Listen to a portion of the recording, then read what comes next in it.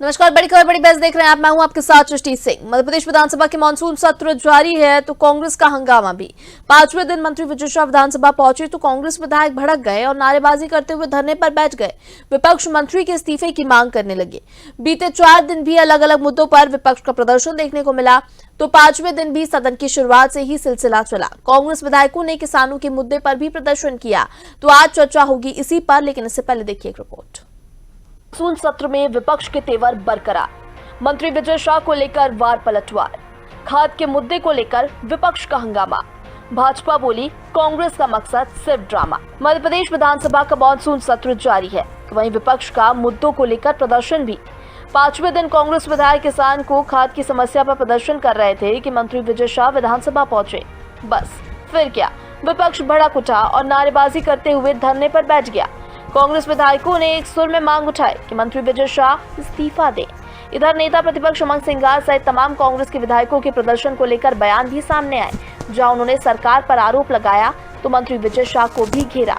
इसके अलावा कैग की रिपोर्ट पर भी विपक्ष ने सवाल उठाया है। सेना के सम्मान में कांग्रेस पार्टी है मजबूती के साथ, और जिस प्रकार से ये बदजुबानी करती है, भारतीय जनता पार्टी शिष्टाचार की बात नहीं करती है। सुप्रीम कोर्ट ने फटकार लगाया माफी के लिए, फिर भी शर्म के साथ भारतीय जनता पार्टी पूरी सरकार विजय शाह का साथ दे रही है। कैसी बात, कैसी दे। इधर विपक्ष के लगातार 5वें दिन प्रदर्शन, सदन से वॉकआउट करने को लेकर सत्ता पक्ष के विधायकों की प्रतिक्रिया भी सामने आई। यदि कोर्ट में लंबित है उस विषय को लेकर सदन की परंपरा भी है और सदन की गरिमा भी इस बात को कहती है कि वो मुद्दा सदन में नहीं उठाया जाना चाहिए। और सबसे महत्वपूर्ण बात, कांग्रेस ने जिस प्रकार से सेना का अपमान किया है, अभी लोकसभा में जिस प्रकार से कांग्रेस लगातार सेना का अपमान करती आ रही है, पाकिस्तान और चीन की भाषा बोलकर कांग्रेस सेना को हतोत्साहित कर रही है। मध्य प्रदेश विधानसभा में मानसून सत्र की शुरुआत से ही विपक्ष के तेवर तीखे रहे। कभी ओबीसी आरक्षण, कानून व्यवस्था, तो कभी पेसा एक्ट या फिर ड्रग्स, लव जिहाद मामला, सभी को लेकर विपक्ष सरकार को घेरने की रणनीति पर काम कर रहा है। लेकिन सरकार भी विपक्ष के सवालों का जवाब बराबरी से दे रही है। अब देखना होगा कि क्या विधानसभा के इस मानसून सत्र में आगे आगे और क्या कुछ देखने को मिलता है। Desk report, DNN।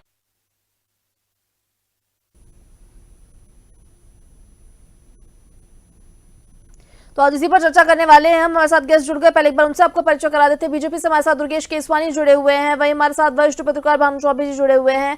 कांग्रेस से हमारे साथ अंबिका शर्मा जी जुड़े हुए हैं। आप तीनों का ही बहुत स्वागत है चर्चा में। सबसे पहले दुर्गेश जी, आपसे जानूंगी मैं, जिस तरह विपक्ष का आक्रामक रूप देखने को मिल रहा है, हालांकि कई तरह के सवाल भी खड़े हो रहे हैं कि विपक्ष आखिर वॉकआउट क्यों कर दे रहा है, सदन के अंदर जो तमाम मुद्दे हैं उनको लेकर सदन के अंदर चर्चा क्यों नहीं हो रही है, बाहर ही क्यों प्रदर्शन हो रहा है। इसका जवाब तो खैर अंबिका जी देंगे, लेकिन आप क्या कहेंगे जो तमाम मुद्दों को लेकर विपक्ष लगातार हमलावर है? आज विजय शाह का भी मुद्दा काफी जोरों से उठा है।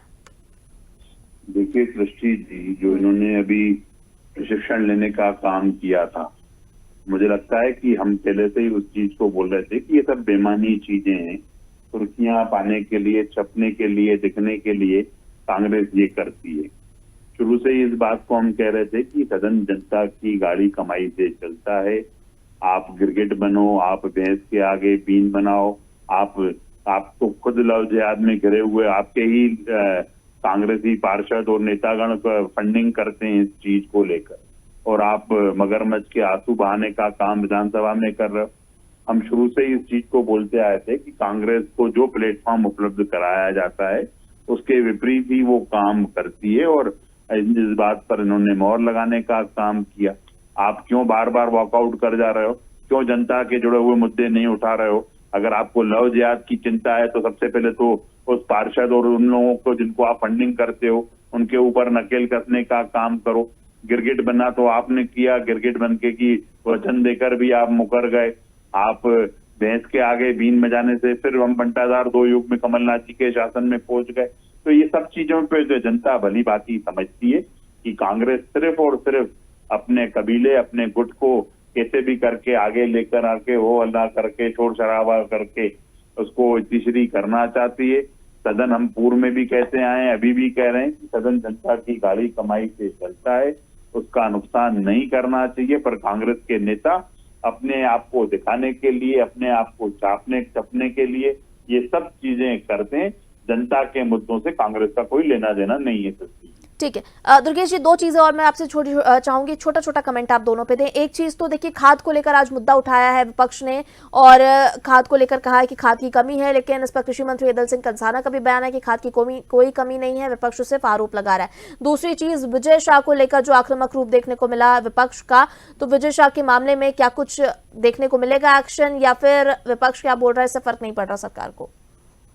देखिए सृष्टि जी, खाद की मंत्री ने जब विधानसभा के पटल पे कहा कहीं कोई कमी नहीं है, तो निश्चित रूप से उस चीज को मानना चाहिए। और खाद के लिए तो हम हमेशा से ही उसकी व्यवस्थित करते रहे, हमेशा ज्यादा ट्रक लोड आते रहे, ज्यादा ट्रेन के लोड आते रहे और हम जनता में वितरित करते रहे।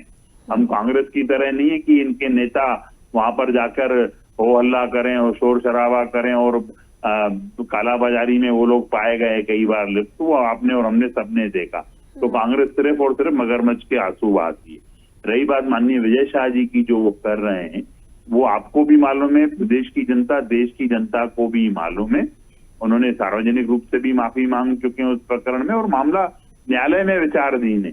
जब न्यायालय, सर्वोच्च न्यायालय में इस चीज को लेकर बात की जा रही है, तो न तो मुझे टिप्पणी करनी चाहिए, न कांग्रेस के नेताओं को इस तरह की बात करनी। जो जीवन भर सेना का अपमान करते रहे, जो जीवन भर हमेशा सर्जिकल स्ट्राइक हो, चाहे एयर स्ट्राइक हो, चाहे सिंदूर, ऑपरेशन सिंदूर हो, ऑपरेशन महादेव हो, सब पर ये लोग प्रश्न चिन्ह उठाते आए, सेना के शौर्य को नकारते आए। और आज ये मुझे लगता है कि वहां बैठकर सदन पर ये सब चीजें करना, जनता भली बात नहीं इनके चरित्र से वाकिफ है। सृष्टि, ठीक है अंबिका जी, अब मैं आपके पास आऊंगी। आपने दुर्गेश जी की तमाम बातों को तो सुना ही है, लेकिन जो सबसे बड़ा सवाल ये खड़ा हो रहा है कि आखिर सदन में जहां चर्चा करनी चाहिए वहां विपक्ष चर्चा क्यों नहीं कर रहा, वहां से वॉकआउट क्यों कर दे रहा है? क्योंकि जो गहन चर्चा है, जो तमाम मुद्दों को लेकर आप सवाल खड़े कर रहे हैं, अच्छी बात है कि आप जनता के मुद्दों को लेकर सवाल खड़े कर रहे हैं और सत्ता पक्ष से जवाब मांग रहे हैं, लेकिन जवाब वहां मांगिए ना जहां प्लेटफॉर्म है। क्योंकि बाहर प्रदर्शन करने से या तो सिर्फ आपको जनता को दिखाना है ये चीज कि आप सच में मुद्दे उठा रहे हैं और असल में आप फ्रंट फुट में नहीं आना चाह रहे हैं। क्या है असल वजह इसको लेकर? रश्मि जी, हम जनता के ज्वलंत मुद्दों को लेकर हाउस में आए हैं। इस सरकार के रहते हुए जिस प्रकार से मध्य प्रदेश की हालत बहुत ही माने चिंताजनक हो गई। समाज का प्रत्येक वर्ग परेशान है, बेहाल है मध्य प्रदेश और ये लोग मालामाल हैं। हम मुद्दा लेके आए हैं कि आपकी कानून व्यवस्था की स्थिति, आपकी पुलिसिंग की स्थिति इतनी खराब है कि 1 जनवरी 2024 से लेके 30 जून 2025 तक इस मध्य प्रदेश में से 20,175 महिलाएं लापता हो गईं। उनका पता ये सरकार नहीं लगा पाई। इनका रिकॉर्ड, इनकी ही अतिरिक्त जानकारी इनके द्वारा दी गई। हर रोज 38 महिलाएं लापता हो रही मध्य प्रदेश में। 30 महिलाओं के साथ बलात्कार हो रहा है। ये गंभीर और एक ज्वलंत मुद्दा नहीं है क्या? बिल्कुल है, बिल्कुल है। मेरा सवाल वो नहीं है कि आप मुद्दे गलत उठा रहे हैं। मैंने बिल्कुल ये नहीं कहा अंबिका जी कि विपक्ष मुद्दे गलत उठा रहा है। खाद नहीं मिल रही है, किसानों से खाद की कालाबाजारी हो रही, किसान बहुत परेशान है। एक न्यूज रूम में बैठ के और एक बात कहना कि सब कुछ ठीक है, ऑल इज वेल, ये बिल्कुल अच्छी बात नहीं है। आपके भारतीय जनता पार्टी के नेता जानते हैं, मंत्री जानते हैं, विधायक जानते हैं, सरकार जानती है, अधिकारी जानते हैं कालाबाजारी हो रही है, लेकिन इनके बस की बात नहीं है, क्योंकि भारतीय जनता पार्टी के लोग ही कालाबाजारी कर रहे हैं और उनके संलिप्तता है। दूसरा हमारा निवेदन ये है कि जो परिस्थितियां हैं इस प्रदेश में, जिस प्रकार से घोटाले हो रहे हैं, हम 52 घोटाले की लिस्ट लेकर आए हैं, उन पर भी चर्चा करेंगे, क्योंकि जनता की कमाई को जिस प्रकार से लोग लूट रहे हैं उस पर भी जवाब नहीं देना चाहते। बहुत ये माने परीक्षाओं में घोटाले हो रहे हैं आए दिन। नौजवानों का भविष्य धर्म है इस सरकार के रहते हुए। आपने जितनी भी इन्वेस्टर समिति हैं उनसे कोई परिणाम नहीं आए हैं। आपने वहाँ भी जनता को बेवकूफ बनाया है और वाई अपनी खुद ही करते हो। मुद्दों को लेकर आए और एक बिट सरकार बिल्कुल इस कान पर जू नहीं रहने देंगे।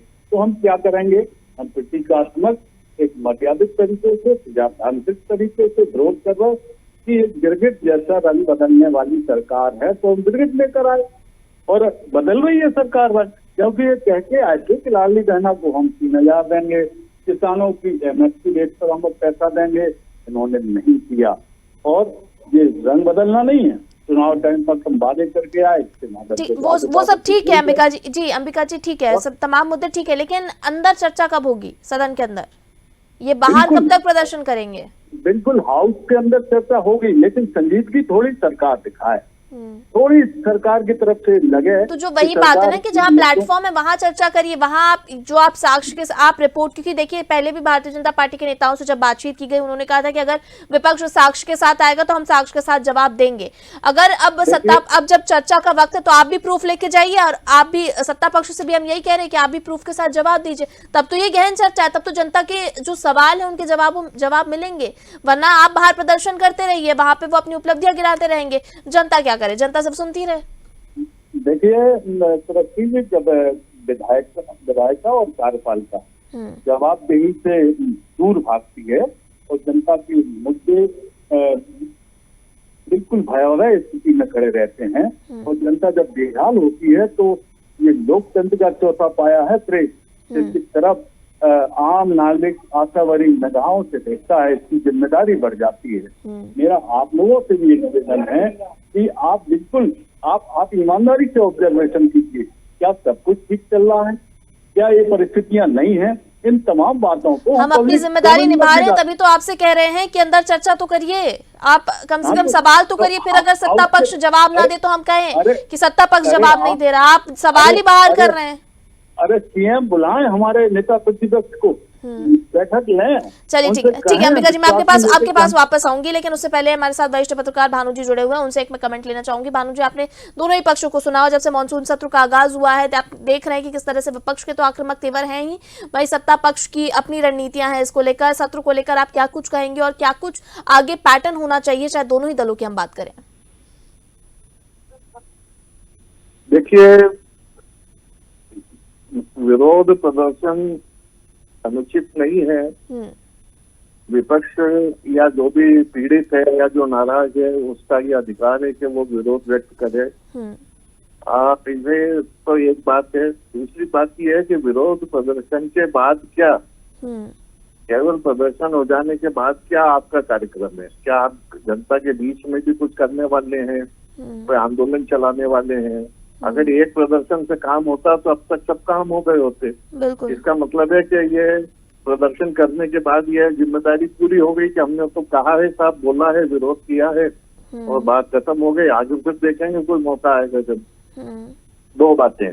तीसरी बात में एक आभास होता है, उसका शब्दों में आपको बताता हूँ। कांग्रेस के खास विरोध की ताकत जो है वो धारदार नहीं है। विपक्ष की जो ताकत होती है, जो धार होती है, वो दूसरी सी दिखने लगी है।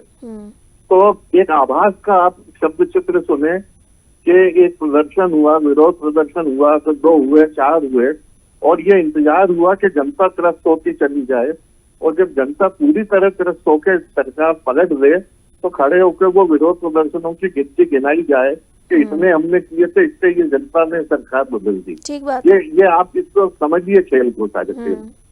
और ये कोई भी पार्टी हो, मैं कांग्रेस को अकेले दोषी नहीं मानता। ये हर पार्टी अपनी बारी पे यही करती है, वो एक प्रतीकात्मक विरोध करती है और इंतजार करती है कि जनता तंग आके सरकार पलट गए, और जब पलट जाएगी तो हम कहेंगे कि हमारे इतने विरोध प्रदर्शन से जनता बदल गई। इसका क्या जवाब है इनके पास? अंबिका जी देंगे जवाब? जी,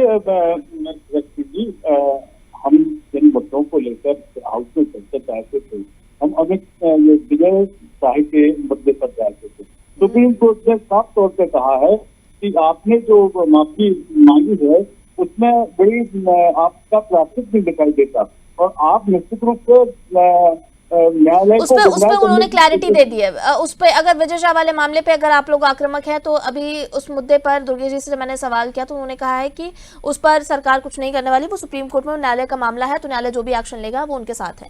तो उन्होंने उस पर ये अपनी टिप्पणी दे दी है। ये शर्मनाक बात है ये बहुत शर्मनाक बात है। सुप्रीम कोर्ट और क्या कहता? सुप्रीम कोर्ट ने कहा ये गजब की भाषा है, इस प्रकार से मंत्री का आचरण ठीक नहीं है, ये संसदीय आचरण नहीं है, अपेक्षा नहीं की जा सकती। अभी सुप्रीम कोर्ट ने तमाम मध्य प्रदेश सरकार के जिस मंत्री को लताड़ लगाई, समाचार पत्रों में प्रमुखता से छपा है ये सब, और इसके बावजूद इतनी बेशर्मी पर आमादा है कि उनसे विदाई नहीं ले रहे हैं। आखिर क्या माने आप उसी मंत्री ने जो आदतन इस स्वभाव का नेचर का है, उसने शिवराज सिंह जी के बारे में, उनके परिवार के बारे में कुछ कमेंट कर दिया था, रिजाइन ले दिया गया। और इतने राष्ट्रपति वो महिला माने हमारी कर्नल कपिया कुरैशी, उसको आतंकवादियों की बहन बता दिया, सेना का घोर अपमान किया है। सुप्रीम कोर्ट ने कहा इसको बर्दाश्त नहीं किया जा सकता, इसको किसी कीमत पर बर्दाश्त नहीं। अच्छा, ये तो ठीक है, लेकिन जो भानु जी ने पूछा उसका तो जवाब दे दीजिए। हाँ, हम भानु जी बहुत वरिष्ठ पत्रकार हैं, और बिल्कुल वो कह रहे धारदार विरोध नहीं, हम बिल्कुल धारदार विरोध वैकअप कर रहे हैं। हम हाउस के अंदर कोशिश कर रहे हैं कि सकारात्मक झुक रहे, लेकिन ये ढीठ सरकारें मान नहीं रही है। देखिए तमाम बिजली के भी मुद्दे हैं हमारे, और उस पर भी संज्ञान नहीं ले रहे हैं, और तमाम मुद्दे हैं, तमाम मुद्दों को लेके आए हैं हम, और एक भी मुद्दा पर एक विचार कर नहीं रहे हैं, ये विडम्बनाएं हैं।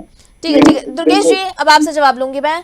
आपने अंबिका जी को भी सुना, आपने भानु जी को भी सुना, जहाँ पर अदालत होती है उसको वहाँ से बता रहे, संदेश दे रहे कि देखिए आपके द्वारा चुने गए प्रतिनिधि आपकी समस्याओं को लेकर आ रहे हैं। वही कह रहे हैं कि सिर्फ जनता को दिखाना है, पर जनता के मुद्दों को असल में कहाँ उठाना है, वही चीज तो आप नहीं कर रहे हैं। वही तो थोड़ी देर पहले मैं भी कह रही थी, भानु जी भी कह रहे हैं कि प्रदर्शन करके आप जनता को तो दिखा रहे हैं कि आप भाई सत्ता पलट दो, हम आ जाएंगे और हम दिखाएंगे कि हमने इतने मुद्दों पर प्रदर्शन किया है, लेकिन आगे क्या? हमने बड़े मर्यादित और प्रजातांत्रिक तरीके से हाउस के अंदर दोनों ही दलों के विधायक बैठे हैं, लेकिन इन्होंने जब बात नहीं मानी तो हम बाहर प्रदर्शन कर रहे हैं, क्योंकि एक तो मानने वाले हैं नहीं, इनके मन में तो नैतिकता नाम की चीज बची नहीं है, ये तो अब बेशर्मी पर आमादा है।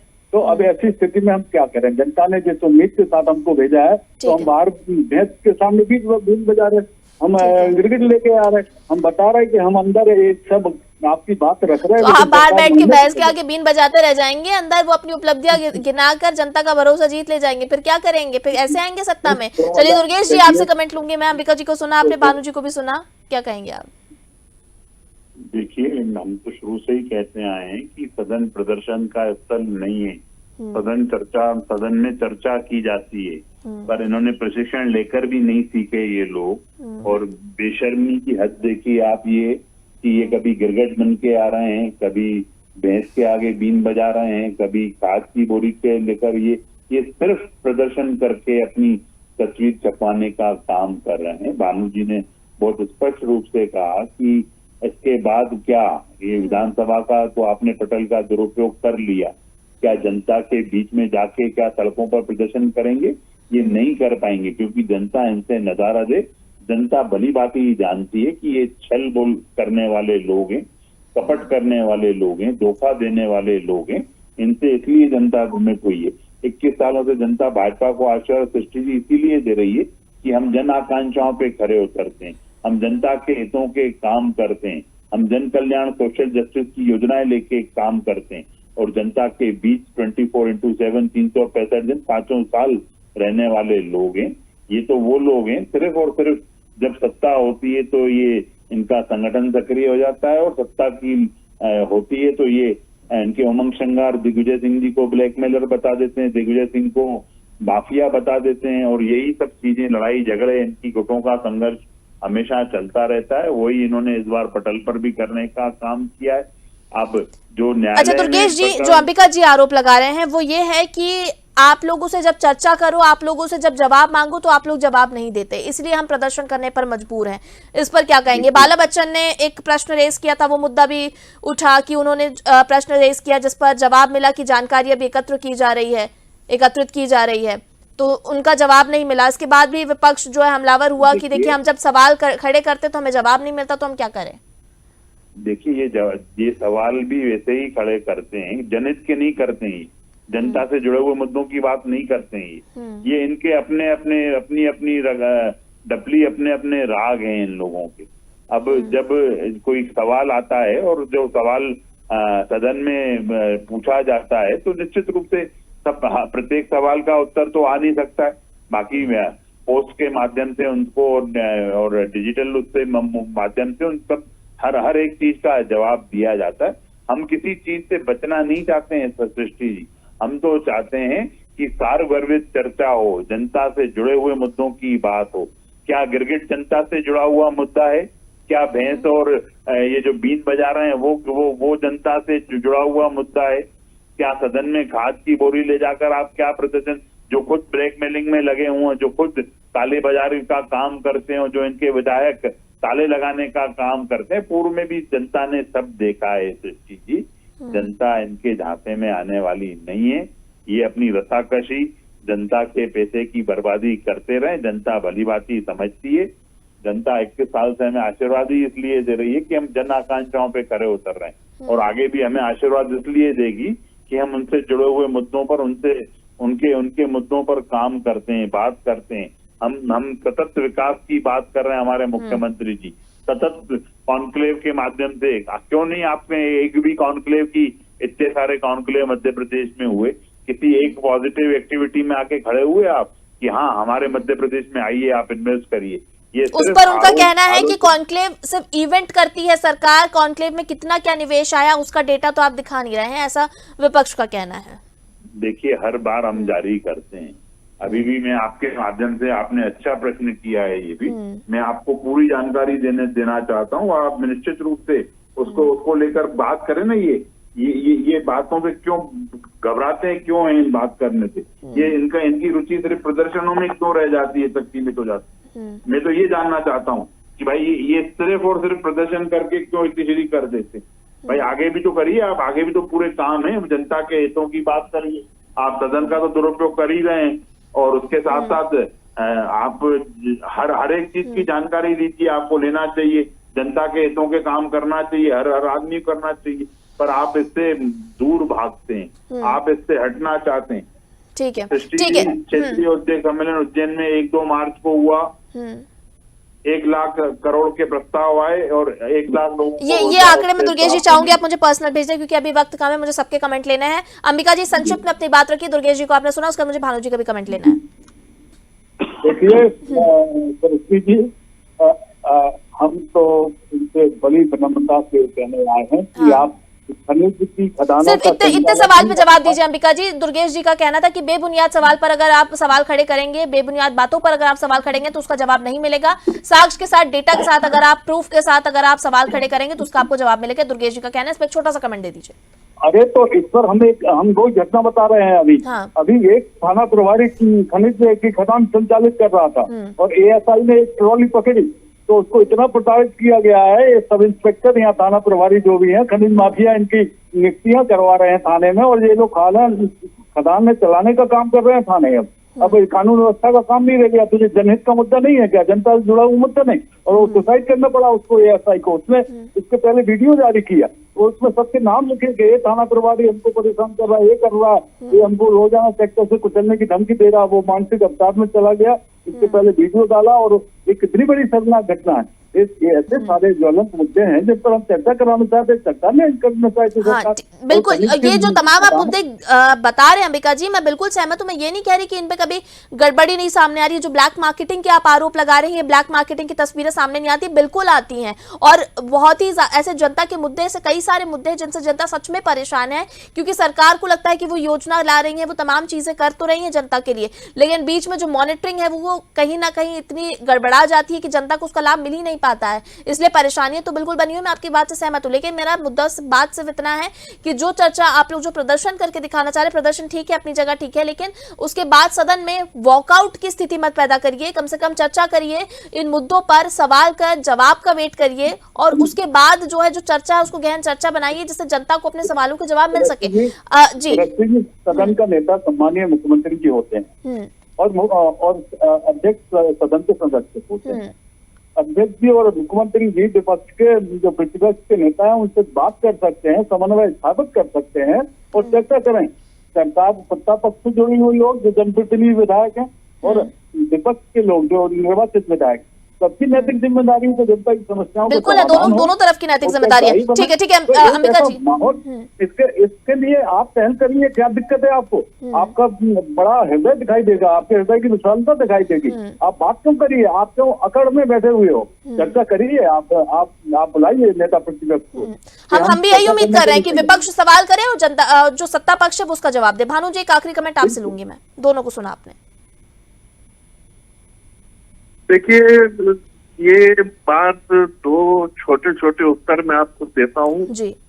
पहला तो ये कि वॉकआउट तब किया जाना चाहिए जब आपकी संख्या शक्ति इतनी प्रबल हो कि सरकार का आपके बिना काम न चलता हो, बिल्कुल। तब वॉकआउट का मतलब होता है। अगर संख्या शक्ति कम है, बहुत छोटी है, उस वॉकआउट का कोई अर्थ नहीं रह जाता, पलायन माना जाता है। वही विवाद हो रहा है।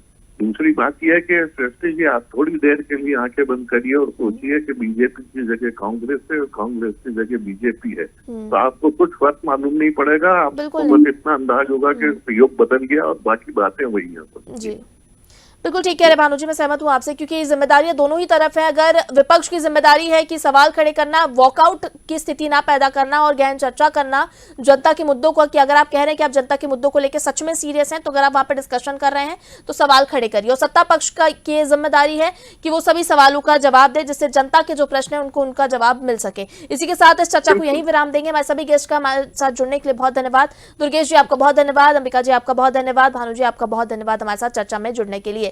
तो बिल्कुल जिस तरह से मध्य प्रदेश के मानसून सत्र की हम बात कर रहे हैं और जिसका जब से आगाज हुआ है अलग अलग तेवर देखने को मिल रहे हैं। विपक्ष के अपने तेवर हैं, सत्ता पक्ष के अपने हैं।